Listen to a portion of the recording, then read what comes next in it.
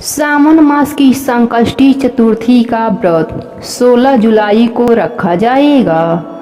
पंचांग के अनुसार संकष्टी चतुर्थी के एक दिन पहले सूर्य का कर्क राशि में गोचर हो रहा है, अर्थात 16 जुलाई को सूर्यदेव मिथुन राशि से निकलकर कर्क राशि में प्रवेश करेंगे। सूर्य के कर्क राशि में गोचर से कर्क संक्रांति का निर्माण होगा। इस दिन सूर्य पूजा बहुत ही लाभकारी होती है। हिंदू धर्म में कर्क संक्रांति के दिन सूर्य को अर्घ्य देने की परंपरा है। वहीं संकष्टी चतुर्थी में भगवान गणेश की पूजा आराधना की जाती है। पंचांग के मुताबिक सूर्य कर्क राशि में 16 जुलाई को रात में 10:50 पर गोचर करेंगे, जबकि सावन कृष्ण पक्ष की चतुर्थी तिथि 16 जुलाई शनिवार को दोपहर 1:27 से शुरू हो रही है।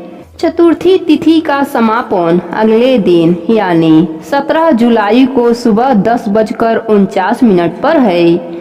ऐसे में कर्क संक्रांति चतुर्थी तिथि में हो रही है, जो कि धार्मिक दृष्टि से काफी महत्वपूर्ण है। संकष्टी चतुर्थी का व्रत 16 जुलाई को रखा जाएगा।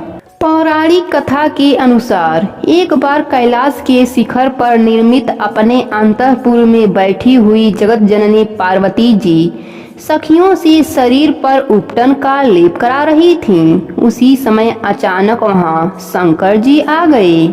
इस घटना से पार्वती जी अत्यंत लज्जित हो गईं। वहां से शंकर जी के चले जाने पर उनकी सखियों ने उनसे निवेदन किया कि आप किसी एक ऐसे गढ़ की व्यवस्था कर दें जो प्रवेश द्वार पर द्वारपाल का कार्य करे।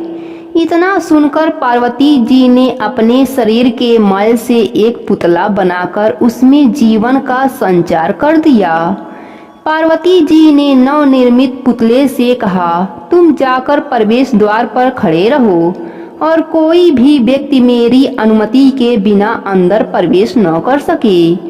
उस पुत्र ने वैसा ही किया। जब शिव जी ने अंदर जाना चाहा तो द्वारपाल भेषधारी गणेश जी ने उनका मार्ग रोक दिया। वाद विवाद ने युद्ध का रूप ले लिया। युद्ध में सभी देवों के पराजित हो जाने के पश्चात क्रुद्ध होकर शिव जी ने अपने त्रिशूल से उस गढ़ का सर काट दिया।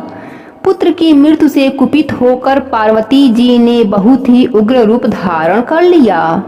अंत में देवताओं ने उन्हें जीवन दान देकर प्रथम पूज्य बनाने का वचन दिया। शंकर जी ने हाथी के नवजात शिशु का मस्तक लाकर उस खंडित धड़ से जोड़ दिया, जिसके कारण गणेश जी का नाम गजानन प्रसिद्ध हुआ।